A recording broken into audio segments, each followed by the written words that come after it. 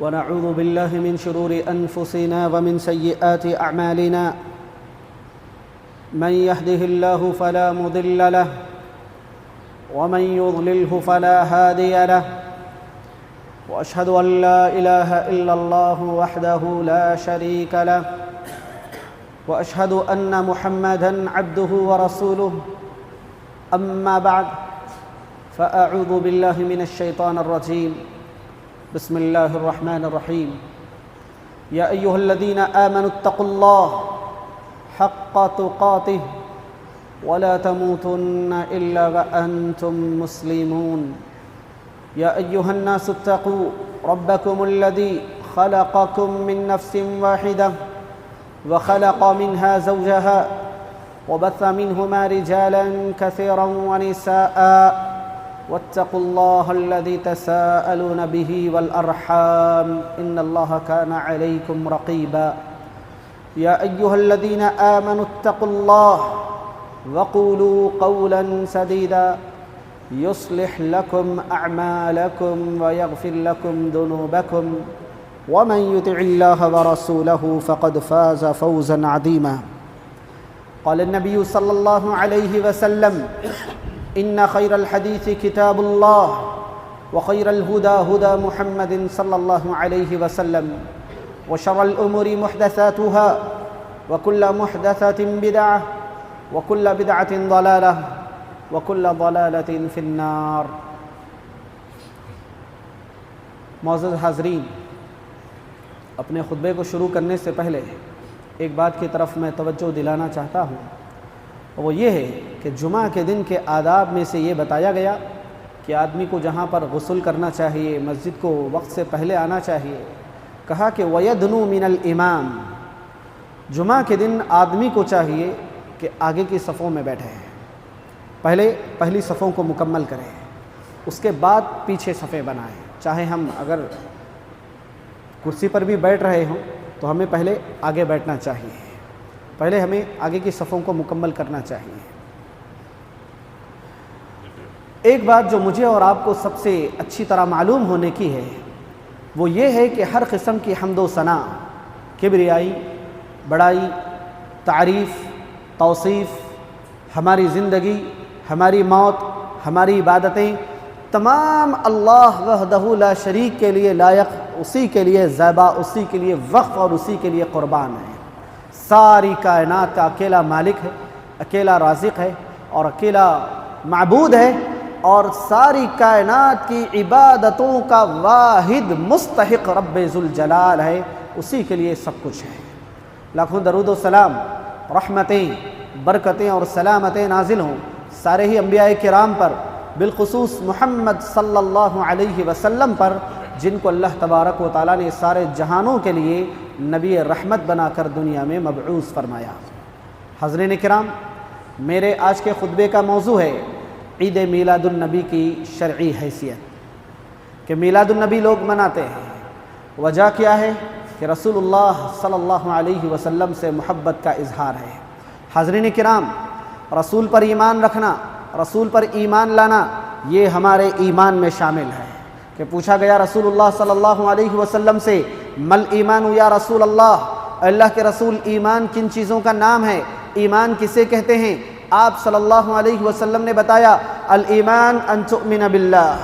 ایمان یہ ہے کہ تم اللہ پر ایمان لاؤ، تم اس کے فرشتوں پر ایمان لاؤ، اس کی کتابوں پر ایمان لاؤ، اس کے رسولوں پر ایمان لاؤ، آخرت کے دن پر ایمان لاؤ، اور تقدیر کے ہر پہلو پر آپ کو ایمان لانا ہے. رسول اللہ صلی اللہ علیہ وسلم نے حضرت جبریل علیہ السلام کو یہ چیز بتائی. تو رسول پر ایمان لانا یہ ہمارے ایمان کا حصہ ہے،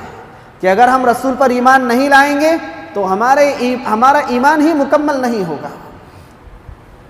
اسی طرح رسول پر ایمان لانا ہے تو جب رسول پر ایمان لانے کے بعد رسول کے کیا تقاضے ہیں؟ رسول کے تقاضے یہ ہیں، رسول سے پر ایمان لانے کے تقاضے یہ ہیں کہ رسول کے طریقے پر چلا جائے، رسول کے طریقے پر چلا جائے، رسول کو سچا مانا جائے، رسول نے جو جو باتوں کی جن باتوں کی خبر دی ہے ان تمام باتوں کو سچا تسلیم کیا جائے. رسول نے جنت کے بارے میں بتایا، اس کی نعمتوں کے بارے میں بتایا، جہنم کے بارے میں بتایا، اس کے عذابات کے بارے میں بتایا، اور رسول نے ذاتی زندگی کے بارے میں بتایا، عبادتوں کے طریقے میں بتایا، ان تمام کو سچا مانا جائے اور ان تمام چیزوں کی اتباع کی جائے، رسول کے طریقے پر چلا جائے۔ رسول سے محبت کی ایک علامت یہ بھی ہے کہ رسول اللہ صلی اللہ علیہ وسلم کے لیے سب کچھ قربان کیا جائے۔ صحابہ کو دیکھیے، صحابہ مال قربان کر رہے ہیں رسول کے لیے، رسول کی محبت کے لیے۔ صحابہ کو دیکھیے کہ صرف مال نہیں، صحابہ کرام اپنے گھر بار، اپنے گاؤں شہر کو چھوڑ رہے ہیں، ہجرت کر رہے ہیں اور رسول اللہ صلی اللہ علیہ وسلم کی خدمت میں پہنچ رہے ہیں۔ رسول سے محبت کی ایک علامت یہ بھی ہے، رسول پر ایمان کی ایک علامت یہ بھی ہے کہ صحابہ کرام نے رسول اللہ صلی اللہ علیہ وسلم کی حفاظت ایسے کی کہ دشمن کو نبی کریم صلی اللہ علیہ وسلم سے تک پہنچنے کے لیے پہلے صحابہ سے گزرنا ہوگا۔ جنگ احد کا معاملہ ہے، آپ صلی اللہ علیہ وسلم کو صحابہ نے کیا کیا؟ اپنے گھیرے میں لے لیا، اپنے گھیرے میں لے لیا۔ افواہ پھیل گئی کہ رسول اللہ صلی اللہ علیہ وسلم شہید ہو گئے، افراتفری مچ گئی، پورا جنگ کا ماحول منظرنامہ بدل چکا ہے۔ کچھ صحابہ آپ صلی اللہ علیہ وسلم کو لے کر الگ ہو گئے ہیں، صحابہ آپ صلی اللہ علیہ وسلم کا دفاع کر رہے ہیں، اور حضرت ابو طلحہ کے بارے میں آتا ہے کہ ابو طلحہ کی انگلیاں شل ہو چکی ہیں تیر چلا چلا کر، یعنی تیر کوئی آتا ہے تو صحابہ اللہ کے نبی پر جانے سے پہلے اس تیر کو اپنے سینے پر کھانا گوارا کر رہے ہیں۔ یعنی رسول اللہ صلی اللہ علیہ وسلم سے محبت کا مظہر یہ ہے کہ انسان اپنی جان سے بھی زیادہ رسول اللہ صلی اللہ علیہ وسلم سے محبت کرے۔ ایک اور مثال حضرت خبیب نے جنگ بدر میں کفار و مشرکین کے ایک بڑے آدمی کو قتل کر دیا۔ بعد میں ایک جنگ میں 5-6 ہجری کے بعد، اس جنگ کے ایک 5-6 سال کے بعد حضرت خبیب کو دھوکے سے لوگوں نے قیدی بنا لیا۔ ایک واقعہ چلا، حادثہ رجیع نام کا ایک واقعہ چلا، اس واقعے میں دھوکے سے حضرت خبیب کو کیا کر لیا؟ قیدی بنا لیا۔ اور جب حضرت خبیب بندی بن گئے، قیدی بن گئے، تو ان لوگوں نے کیا کیا؟ خبیب نے جن کے باپ کو قتل کیا تھا ان کے بچوں کو لے جا کر خبیب کو بیچ دیا کہ یہ ہمارا غلام ہے، اسے ہم نے بندی بنا لیا ہے، آپ اسے لے لو، جو کرنا ہے کر لو۔ تو حضرت خبیب بن عدی رضی اللہ عنہ کا اعلان ہو گیا کہ خبیب کو ایک مقررہ دن میں پھانسی دی جائے گی۔ پھانسی کے لیے اعلان کر دیا۔ عین پھانسی کا پھندا لگنے سے پہلے یہ لوگ کہہ رہے ہیں کہ خبیب اتنے دنوں کی اذیتوں میں، تکلیفوں میں، مصیبتوں میں تم مبتلا رہے، صرف ایک مرتبہ اتنا سوچ لو کہ اگر تمہاری جگہ یہاں محمد آج ہوتے، آج انہیں ہم سزا دینے کے لیے یہاں پر رکھتے تو دیکھو کیا ماحول ہوتا، ایک مرتبہ سوچو۔ تو حضرت خبیب نے کہا، او اللہ کے دشمنوں، او اللہ کے دشمنوں، خبیب اس چیز کو کبھی پسند ہی نہیں کرے گا کہ وہ اپنے گھر میں چلا جائے، اپنی بیوی بچوں کے ساتھ خوشی خوشی رہے، اور اس کے بدلے میں جناب محمد رسول اللہ صلی اللہ علیہ وسلم کے پیر میں کوئی کانٹا بھی چبھ جائے اور اس کے بدلے میں خبیب اپنے گھر میں خوش و خرم رہے، کبھی میں اس بات کو پسند نہیں کروں گا۔ تو یعنی اپنی خوشیوں سے زیادہ آپ صلی اللہ علیہ وسلم کی خوشی کا خیال کرنا، اپنے آرام سے زیادہ رسول اللہ کے آرام کا خیال کرنا، اپنے سے زیادہ رسول اللہ صلی اللہ علیہ وسلم کے لیے جینا مرنا، یہ ایک مومن کی صفت ہونی چاہیے، جیسا کہ صحابہ کرام سے مروی ہے۔ ایک حدیث میں آتا ہے کہ حضرت عمر بن خطاب رضی اللہ عنہ محمد صلی اللہ علیہ وسلم کے پاس آئے، آ کر کہنے لگے، اللہ کے نبی کریم صلی اللہ علیہ وسلم، دنیا میں جتنے لوگ موجود ہیں سب سے زیادہ میں آپ سے محبت کرتا ہوں سوائے اپنے آپ کے، یعنی میں سب سے زیادہ نمبر 1 اپنے آپ سے محبت کرتا ہوں، اور اپنے آپ کی محبت کے علاوہ میں جس سے سب سے زیادہ محبت کرتا ہوں وہ میرے بیوی بچے نہیں بلکہ میں آپ سے سب سے زیادہ محبت کرتا ہوں۔ تو محمد صلی اللہ علیہ وسلم نے کہا، اے عمر، تم ابھی پکے مومن نہیں ہو، تم ابھی پکے مومن نہیں ہو۔ کیوں؟ جواب میں کہا، لا یؤمن احدکم حتی اکون احب الیہ من نفسہ ووالدہ وولدہ والناس اجمعین، کہ تم میں سے کوئی بھی آدمی اس وقت تک پکا مومن نہیں ہو سکتا جب تک کہ میں اس کے اپنے آپ، اس کے ماں باپ، اس کے بچے اور اسی طرح سارے لوگوں سے سب سے زیادہ محبوب نہ بن جاؤں، کبھی بھی کوئی آدمی اس وقت تک مومن نہیں ہو سکتا۔ عمر بن خطاب نے کہا اللہ کے نبی پھر تو میں آپ سے، اپنے آپ سے بھی زیادہ، میں عمر سے بھی زیادہ محمد صلی اللہ علیہ وسلم سے محبت کرتا ہوں۔ تب کہا محمد صلی اللہ علیہ وسلم نے الآن یا عمر، اے عمر اب تم پکے مومن ہو۔ سورۃ الاحزاب کی آیت کریمہ میں بتایا گیا النبی اولا بالمؤمنین من انفسہم وازواجہ امہاتہم، کہ ایک مومن کے لیے، کسی بھی دور دراز کے گاؤں میں رہنے والا کسی بھی ایک مومن کے لیے سب سے پہلی شخصیت جو محبوب ہونی چاہیے وہ محمد صلی اللہ علیہ وسلم ہے۔ حاضرین کرام،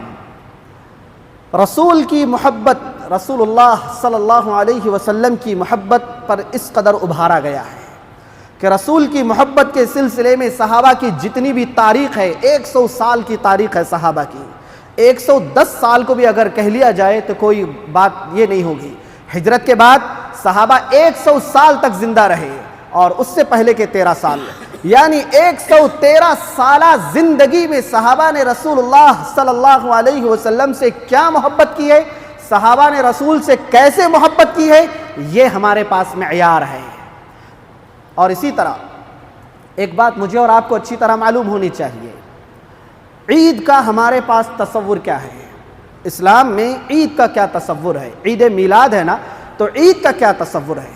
عید کے دن آپ دیکھیے کہ رسول اللہ صلی اللہ علیہ وسلم نے ہمیں بتایا ہے لوگوں چاند دیکھ کر روزہ رکھو اور چاند دیکھ کر روزہ چھوڑو، یعنی روزہ چھوڑنے کی جو بات ہے وہ عید کی بات ہے، چاند دیکھ کر روزہ شروع کرو اور چاند دیکھ کر عید کرو۔ ہمارے پاس عید کے بارے میں بتایا کہ عید کا تعلق چاند سے ہے، اور ہمارے پاس یہ بھی بتایا گیا کہ رسول اللہ صلی اللہ علیہ وسلم عید کو جانے سے پہلے رمضان کی عید ہوتی تو فطرہ ادا کرتے، اور بقر عید ہوتی تو آپ صلی اللہ علیہ وسلم کچھ کھائے پیے بغیر عیدگاہ کو نکل جاتے ہیں۔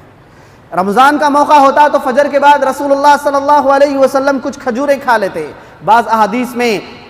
طاق عدد میں کھجوریں کھانا بھی آپ صلی اللہ علیہ وسلم سے ثابت ہے۔ اسی طرح آپ صلی اللہ علیہ وسلم عید کے لیے جاتے، ایک راستے سے جاتے تو واپسی میں دوسرے راستے سے واپس آتے ہیں۔ آپ صلی اللہ علیہ وسلم کا جو عیدگاہ تھا، مصلی جو ہوتا عید کی نماز پڑھنے کا، وہاں پر کسی بھی قسم کی نماز آپ صلی اللہ علیہ وسلم عید کی نماز سے پہلے نہ پڑھا کرتے تھے،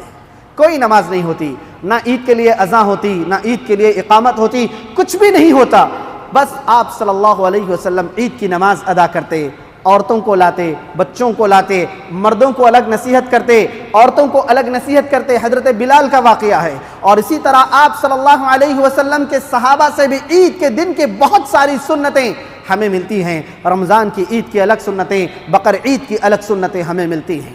قربانی کے بارے میں کہا آدمی کو قربانی عید کی نماز کے بعد کرنی چاہیے، عید کی نماز کے بعد جانور کو ذبح کرنا چاہیے۔ جو کوئی عید کی نماز سے پہلے جانور ذبح کر دیا اس کی کوئی قربانی قبول نہیں ہوگی، اس کو قربانی نہیں کہا جائے گا۔ یہ بس ایسا ہی ہوگا کہ آپ نے اپنے گھر والوں کے لیے کیا کر لیا، جانور ذبح کر لیا، اس کی حیثیت قربانی کی نہیں ہوگی۔ یعنی عید کے نام پر ہمارے پاس کس قدر باریک باریک تعلیمات موجود ہیں۔ اگر عید میلاد النبی کے سلسلے میں ہم احادیث کو کھنگالتے ہیں، احادیث کو دیکھتے ہیں، اس عید کا تصور تو بہت دور کی بات ہے، ایسا کوئی ہمیں موقع ہی نہیں ملتا۔ رسول اللہ صلی اللہ علیہ وسلم مکہ سے ہجرت کر کے مدینہ کو آئے تو آپ صلی اللہ علیہ وسلم نے کہا لوگوں زمانے جاہلیت میں تم لوگ 2 عیدیں منایا کرتے تھے، اللہ تعالیٰ نے تمہارے زمانے جاہلیت کی 2 عیدوں کو اسلام کی 2 عیدوں سے بدل دیا ہے۔ یعنی آپ صلی اللہ علیہ وسلم کے پاس بھی عید کا تصور صرف 2 عیدیں ہیں، ایک عید ہے یوم الفطر جسے رمضان کی عید کہا جاتا ہے، اور ایک اور عید ہے عید الاضحیٰ جسے بقر عید کہا جاتا ہے۔ یعنی اللہ کے نبی کی زندگی میں بھی 2 عیدوں کا تصور رہا ہے، تیسری عید کا رسول اللہ صلی اللہ علیہ وسلم کے پاس کوئی تصور نہیں رہا، چاہے وہ میلاد کے نام پر عید منا لی جائے، چاہے وہ کسی اور نام پہ عید منا لی جائے، رسول کے پاس اس عید کا تصور نہیں ہے۔ بعض احادیث میں کہا گیا ہے جمعہ کو بھی عید المؤمنین کہا گیا ہے، جمعہ اس کو بھی عید کا دن قرار دیا گیا ہے۔ تو حاضرین کرام،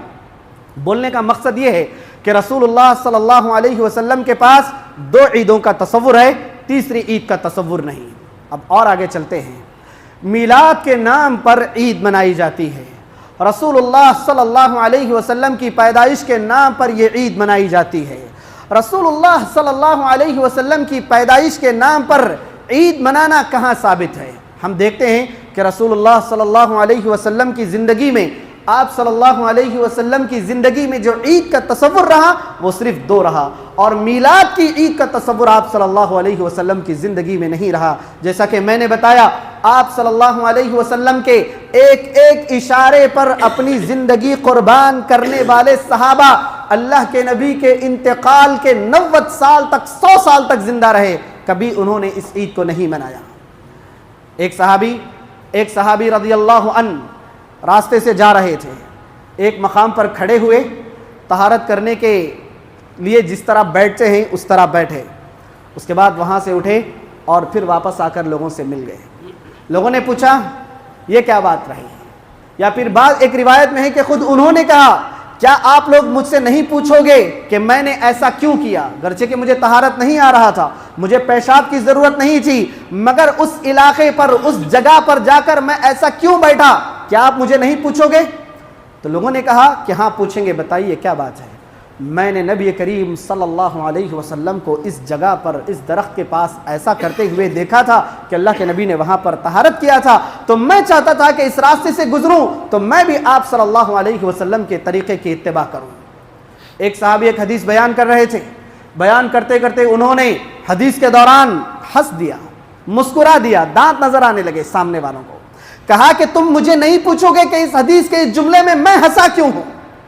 میں نے نبی کریم صلی اللہ علیہ وسلم کو فرماتے ہوئے سنا، میں نے اللہ کے نبی کریم صلی اللہ علیہ وسلم کو یہ حدیث فرماتے ہوئے سنا، میں نے اپنی آنکھوں سے دیکھا کہ اللہ کے نبی یہ حدیث بیان کر رہے تھے اور آپ صلی اللہ علیہ وسلم ہنس رہے تھے، اور اللہ کے نبی پوچھ رہے تھے لوگوں میں کیوں ہنس رہا ہوں، کیا تم نہیں پوچھو گے؟ واللہ اللہ تعالیٰ بھی یہ حدیث بیان کرتا ہوا اللہ تعالیٰ بھی مسکرا رہا تھا۔ تو اللہ کے نبی کی اتنی چھوٹی چھوٹی سنتوں پر عمل کرنے والے، رسول کے طریقے پر اتنے چھوٹے چھوٹے معاملات میں بھی اللہ کے نبی کی اتباع کرنے والے صحابہ، کسی بھی صحابی سے نہیں ملتا ہے کہ آپ صلی اللہ علیہ وسلم نے کیا کیا ہو، میلاد منایا ہو یا صحابہ نے میلاد منائی ہو۔ اللہ کے نبی بیمار ہیں، کہا کہ مجھے عائشہ کے گھر لے چلو، مجھے عائشہ کے گھر لے چلو۔ آپ صلی اللہ علیہ وسلم کی سب سے چہیتی بیوی امی عائشہ رضی اللہ عنہا تھی، لایا گیا، ساری امہات المؤمنین کو جمع کیا گیا، سب اللہ کے رسول صلی اللہ علیہ وسلم کے سامنے بیٹھے ہوئے ہیں، آپ صلی اللہ علیہ وسلم مرض الموت میں مبتلا ہیں، امی صفیہ رضی اللہ عنہا محمد صلی اللہ علیہ وسلم کی تکلیف کو دیکھتی ہیں کہ میرے شوہر، میرے سرتاج جناب محمد رسول اللہ صلی اللہ علیہ وسلم کیسی بیماری میں مبتلا ہیں، کس قدر بیمار ہو گئے ہیں، نحیف ہو گئے ہیں، کمزور ہو گئے ہیں۔ امی صفیہ کہتی ہیں اے محمد صلی اللہ علیہ وسلم میرا دل تو چاہتا ہے کہ آپ کی ساری بیماریاں مجھے مل جائیں، آپ کی ساری تکلیفیں مجھے مل جائیں، اور بدلے میں میری جتنی بھی صحت ہے وہ آپ کو مل جائے، آپ سکون سے رہیں، آپ اطمینان سے رہیں۔ یعنی ایسی چہیتی بیویاں موجود تھیں جو اپنے شوہر کی تکلیفوں کو اپنے لیے گوارا کر لیتی تھی اور اپنا چین سکون اپنے شوہر کو دینے کے لیے تیار تھیں۔ لیکن آپ صلی اللہ علیہ وسلم کے انتقال کے بعد آپ صلی اللہ علیہ وسلم کی بیویوں میں امی عائشہ رضی اللہ عنہا کا انتقال سن 50 پر 58 ہجری میں ہوتا ہے، یعنی اللہ کے نبی کریم صلی اللہ علیہ وسلم کے انتقال کے بعد امی عائشہ تقریباً 40 پر 8 سال زندہ رہیں، لیکن کبھی بھی آپ صلی اللہ علیہ وسلم کی میلاد اور آپ صلی اللہ علیہ وسلم کی پیدائش کی خوشی کا جشن نہیں منایا گیا، تصور ہی نہیں تھا۔ صحابہ کو دیکھیں گے ہم، ایک مرتبہ یہود آ کر کہنے لگے عمر بن خطاب سے کہ آپ کے دین میں ایک آیت کریمہ نازل ہو چکی ہے، اگر وہ آیت کریمہ ہمارے مذہب میں نازل ہوتی تو ہم اس دن کو عید کے طور پر مناتے۔ وہ دن کون سا تھا؟ عرفہ کا دن تھا۔ آپ صلی اللہ علیہ وسلم کے حج میں عرفہ کا دن تھا کہ جس دن آپ صلی اللہ علیہ وسلم پر وہ آیت کریمہ نازل ہوئی جس میں اللہ نے کہا کہ آج دین مکمل ہو چکا ہے۔ یعنی دین مکمل یہود کا بھی نہیں ہوا، دین مکمل نصارہ کا بھی نہیں ہوا، اس لیے کہ بعد والا نبی آنا ابھی باقی تھا۔ جب رسول اللہ صلی اللہ علیہ وسلم نبی بن کر آ گئے تو اس دین کو مکمل کیا گیا۔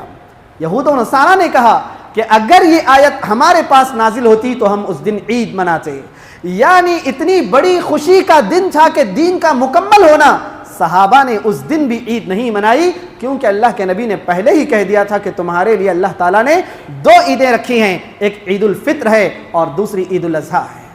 جب ہم دلائل کو دیکھتے ہیں، میلاد منانے والوں کے دلائل کو ہم دیکھتے ہیں، تو ان دلائل کی کوئی حیثیت ہی معلوم نہیں ہوتی۔ حدیث کے نام پر اگر میں یہاں پر کہہ دوں آپ کے سامنے کہ میں نے اللہ کے نبی کریم صلی اللہ علیہ وسلم کو ایسا ایسا کرتے ہوئے دیکھا، آپ پوچھیں گے کہ آپ کا زمانہ تو یہ ہے اور اللہ کے نبی کا زمانہ 1400 سال پرانا ہے۔ یعنی اگر ہم کوئی چیز بیان کریں، حدیث بیان کریں، تو آپ پوچھیں گے اس کا سلسلہ کیا ہے، یہ کون سی کتاب میں لکھا ہوا ہے، اس کو کس نے بیان کیا ہے، یہ کہاں پر وارد ہے، پوچھا جائے گا بولنے والا کون ہے، لکھنے والا کون ہے، دیکھا جائے گا۔ عید میلاد کی تاریخی اور شرعی حیثیت کو ہم دیکھتے ہیں تو معلوم ہوتا ہے کہ 600 سال تک اس بدعت کا کوئی نام و نشان نہیں تھا۔ اسلامی خلافت کمزور پڑ رہی تھی، باطنیہ فرقہ، گمراہ فرقوں کی طاقت زوروں پر تھی۔ ایسے زمانے میں عراق کے ایک علاقے میں، موصل میں، اور اس موصل کے ایک اور چھوٹے سے علاقے میں اربل جس کا نام ہے، وہاں پر ایک گورنر، ایک حکمران، کوئی عالم بھی نہیں، کوئی مفسر بھی نہیں، کوئی محدث بھی نہیں، ملک ظفر نامی ایک حکمران 625 ہجری میں کیا کرتا ہے، اس بدعت کو ایجاد کرتا ہے۔ رسول اللہ صلی اللہ علیہ وسلم کے انتقال کے 615 سال بعد میلاد منائی جا رہی ہے۔ دیکھا جائے گا اتباع کا جب معاملہ ہوگا، دین کا جب معاملہ ہوگا، پہلے دلیل نازل ہوگی، بعد میں لوگ عمل کریں گے۔ بدعت کا معاملہ ایسا ہوگا، لوگ پہلے بدعت ایجاد کریں گے اور اس کے بعد اپنی بدعت کے برابر دین میں دلیل تلاش کرنے کی کوشش کریں گے۔ دین کا معاملہ کیا ہوگا، قرآن میں آیت نازل ہوگی، اس کے بعد لوگ عمل کریں گے، رسول حدیث بیان کریں گے دین کے معاملے میں، اس کے بعد لوگ عمل کریں گے دین کے معاملے میں، سنت کے معاملے میں اور دین کے احکام کے بارے میں۔ لیکن بدعت کا معاملہ یہ ہوگا، لوگ پہلے بدعت ایجاد کریں گے اور اپنی بدعت کی بنیاد پر، اپنے بنائی گئی بدعت کی بنیاد پر لوگ دلیل کو تلاش کرنے کی کوشش کریں گے، اور ایسا ہی ہوا۔ ایک دلیل یہ تلاش کی گئی حضرت عباس رضی اللہ عنہ نے، سننا غور سے، حضرت عباس رضی اللہ عنہ نے خواب میں دیکھا، اپنے بھائی ابو لہب کو خواب میں دیکھا، اپنے بھائی ابو لہب کو خواب میں دیکھا اور خواب میں دیکھ کر کہا کہ کیا معاملہ ہے، تم تو مشرک ہو کر مرے تھے، تمہارا کیا معاملہ ہے؟ تو ابو لہب نے خواب میں حضرت عباس کو جواب دیا کہ مجھ پر اللہ تعالیٰ کے عذابات کا سلسلہ ہے، میں سخت عذاب میں مبتلا ہوں، سخت تکلیف میں مبتلا ہوں، لیکن جب پیر کا دن آتا ہے تو میرے عذاب میں تھوڑی کمی کر دی جاتی ہے، میری انگلی جتنا مجھے عذاب میں کمی کی جاتی ہے اور میری انگلی پھر جیسے کہ ویسی ہو جاتی ہے، اور میں کیا کرتا ہوں، اسی انگلی کو اپنے منہ میں رکھ لیتا ہوں، جس کی وجہ سے مجھے تھوڑا پینے کے لیے پانی مل جاتا ہے۔ ابو لہب نے کہا، میں نے پوچھا کہ یہ مجھے کیوں ہے؟ یہ اس وجہ سے کہ میں نے محمد صلی اللہ علیہ وسلم جبکہ ابھی نہیں بنے تھے اور ابو لہب کے بھتیجے تھے، میں نے محمد کی پیدائش پر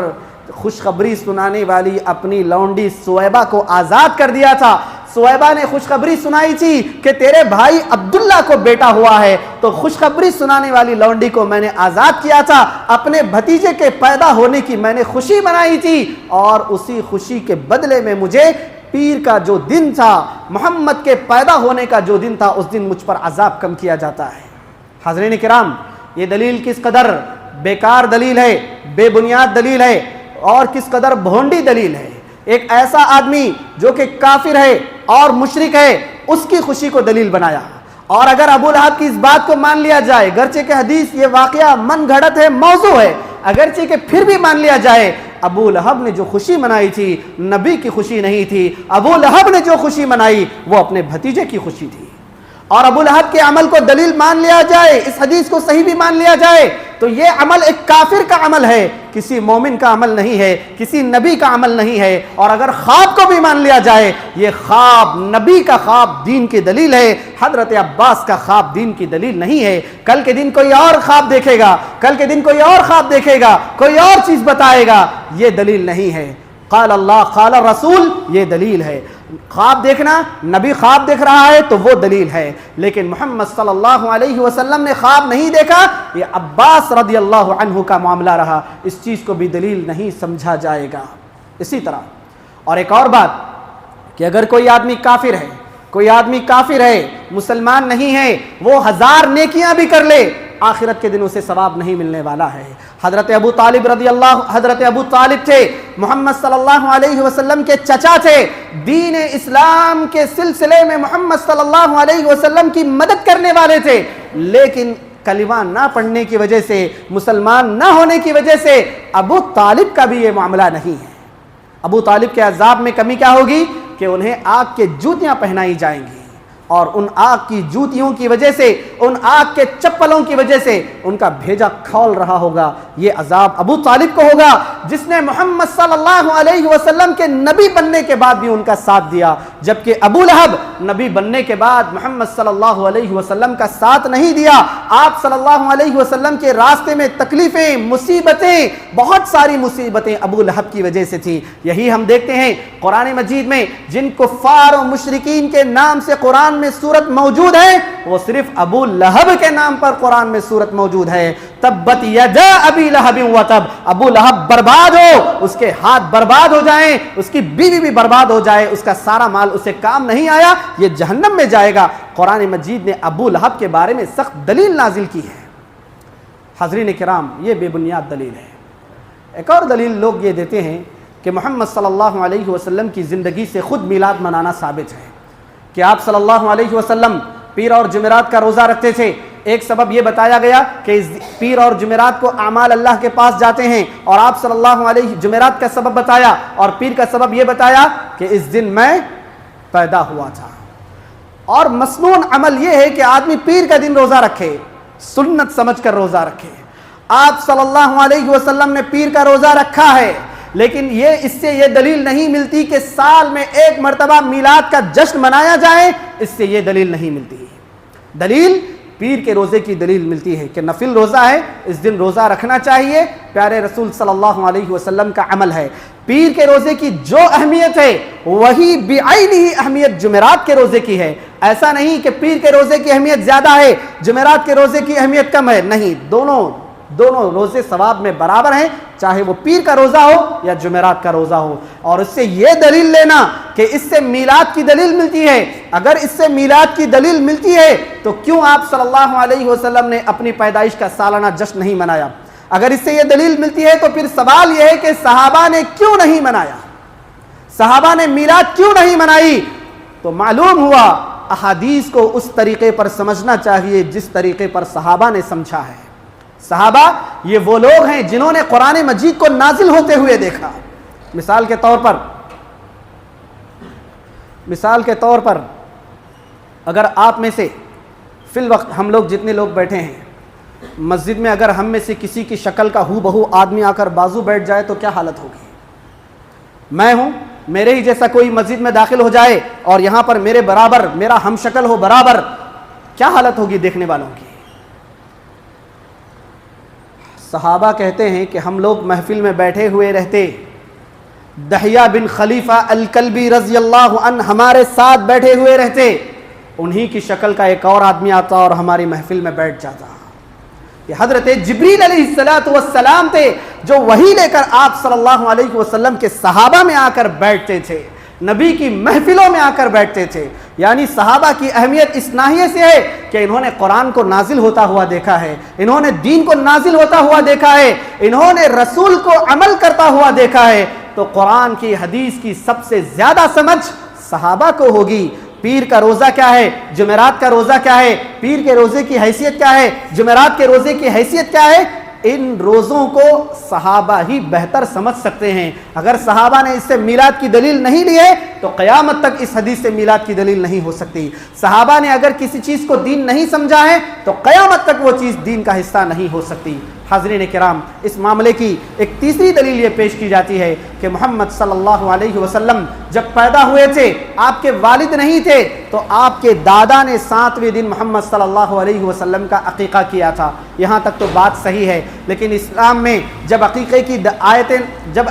کی احادیث ہوئی، اسلام میں عقیقے کا جب حکم ہوا تو لوگوں نے یہ دلیل یہ بنا لی کہ محمد صلی اللہ علیہ وسلم نے اپنا عقیقہ کر لیا، یعنی نبی کریم صلی اللہ علیہ وسلم کے عقیقہ کرنے کو میلاد کی دلیل سمجھنا یہ بھی غلط ہے۔ اور اس دلیل کو نقل کرنے والے کون ہیں؟ امام جلال الدین السیوطی رحمہ اللہ ہیں، جو 911 ہجری میں جن کا انتقال ہو رہا ہے، 911 ہجری میں جن کا انتقال ہو رہا ہے، انہوں نے حدیث کو بیان کیا ہے، انہوں نے اپنی کتاب میں حدیث کو نقل کیا ہے۔ یعنی میلاد شروع ہوئی 625 ہجری میں، اور لوگ میلاد کی دلیل تلاش کر رہے ہیں 911 ہجری تک لوگ دلیل تلاش کرتے رہے، اپنے آپ سے بدعت کو انہوں نے ایجاد کر لیا، اور 300 سال تک 400 سال تک اس کی دلیل تلاش کرتے رہے، اور لوگوں نے اسے دلیل سمجھا، جبکہ دین کا معاملہ یہ ہوتا ہے کہ دین کی پہلے دلیل نازل ہوتی ہے، لوگ اس کے بعد اس پر عمل کرتے ہیں۔ اور بھی بہت سارے خرافات ہیں میلاد کے نام پر، یوں سمجھنا نعوذ باللہ کہ محمد صلی اللہ علیہ وسلم محفل میں تشریف لا رہے ہیں، ہمارے سلام کا جواب دے رہے ہیں، یہ بالکل بے بنیاد باتیں ہیں۔ آپ صلی اللہ علیہ وسلم کے زمانے میں، آپ صلی اللہ علیہ وسلم کے بعد کیسا کیسا ماحول رہا، لوگ مرتد ہو رہے ہیں، دین کو چھوڑ رہے ہیں۔ آپ صلی اللہ علیہ وسلم کے صحابہ ہی میں بعض علاقے والے کہہ رہے ہیں، بعض لوگ کہہ رہے ہیں جو نئے نئے مسلمان بنے تھے، بدو قسم کے لوگ تھے، کہ اللہ نے نبی پر ایمان لانے کے لیے کہا تھا، ہم ایمان لا لیے اور اب نبی چلا گیا، ہم بھی ایمان سے پیچھے ہٹ جائیں گے۔ لوگ نبی کے انتقال کے بعد مرتد ہو رہے ہیں، وہاں پر نبی تشریف نہیں لائے، ان کی محفلیں بن رہی ہیں، ان کا عرس لگ رہا ہے، رسول کے نام پر یہ لوگ بے دینی کر رہے ہیں، اور نعوذ باللہ یہ سمجھ رہے ہیں کہ اس کو رسول کی حیثیت حاصل ہے، اس کو دین کی حیثیت حاصل ہے، شریعت کی حیثیت حاصل ہے۔ یہ ہمارے دین کی کمزوری کی علامت ہے۔ ہمیں دین کو سمجھنا چاہیے، رسول کو سمجھنا چاہیے، رسول کی تعلیمات کو سمجھنا چاہیے، کہ جو چیز امام مالک رحمہ اللہ کہتے ہیں کہ جو چیز بدعت آدمی ایجاد کر لے، بدعت ایجاد کرے، من ابتدع بدعتا یراہا حسنتا فقد زعم ان محمدا خان الرسالہ۔ آدمی اپنی طرف سے بدعت کو ایجاد کر لے اور اس کے بعد سمجھ رہے ہیں کہ دیکھو میں بدعت کر کے کتنا اچھا ہوں، تو گویا یہ آدمی اس بات کو بتا رہا ہے کہ رسول نے یہ نہیں بتایا تھا، میں بتا رہا ہوں، رسول نے اس کو نہیں سکھایا تھا، میں اس کو سکھا رہا ہوں، تو گویا دین کے حصے کو رسول نے چھپا دیا تھا، نعوذ باللہ، دین کے حصے کو رسول نے خیانت کی تھی، ہمیں نہیں بتایا تھا، رسول کی کتابوں میں، حدیث کی کتابوں میں، قرآن کی آیتوں میں اس چیز کا مطلب نہیں ہے، رسول نے چھپا دیا تھا، دیکھو میں تمہارے سامنے بتا رہا ہوں۔ یہ رسول صلی اللہ علیہ وسلم پر خیانت کا الزام ہے، بدعت کو ایجاد کرنا اور اس پر عمل کرنا۔ دعا ہے اللہ تعالیٰ سے، اللہ تعالیٰ مجھے اور آپ کو صحیح عقیدے پر عمل کرنے کی توفیق عطا فرمائے ہے، رسول سے سچی محبت کرنے کی توفیق عطا فرمائے ہے، صحیح طریقے پر اللہ تعالیٰ مجھے اور آپ کو عبادتیں انجام دینے کی توفیق عطا فرمائے۔ آمین وآخر دعوانا ان الحمد للہ رب العالمین۔ اقول قولی هذا استغفر اللہ لی ولکم ولسائر المؤمنین اجمعین۔ بارک اللہ لی ولکم فی القرآن العظیم ونفعنی وإیاکم بالآیات والذکر الحکیم۔ انہ تعالی جواد کریم ملک بر رؤوف رحیم ورب حلیم۔